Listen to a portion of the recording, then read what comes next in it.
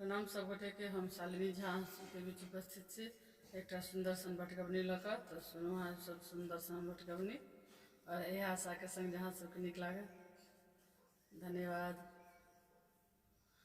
बहिना गे कोना कटबै सावन राति अन्हरिया गे, पिया छैनो करिया गे ना गे बहिना कोना कटबै सावन राति अन्हरिया गे, पिया छैनो करिया गे ना।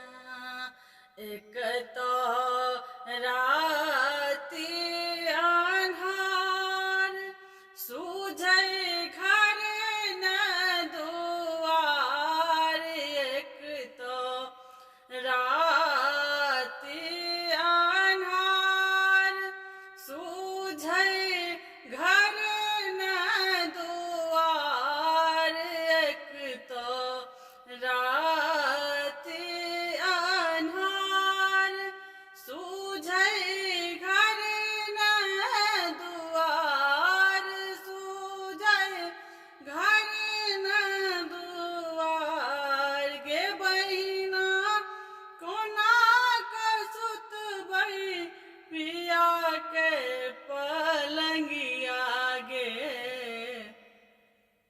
पिया छैनो करिया गे ना गे बहिना कोना कऽ कटबै सावन राति अन्हरिया गे, पिया छैनो करिया गे ना।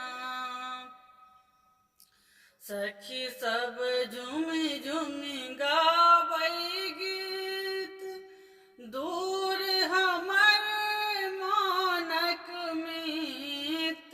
सखी सब झूमी झूमी गाबै गीत, दूर हमर मानक मीत, दूर हमर मानक मीत। गे बहिना बीतल जाइ छै काँच रे उमेरिया गे, पिया छैनो करिया गे ना गे बहिना कोना कऽ कटबै सावन राति अन्हरिया गे, पिया छैनो करिया गे ना गे बहिना कोना कऽ कटबै सावन राति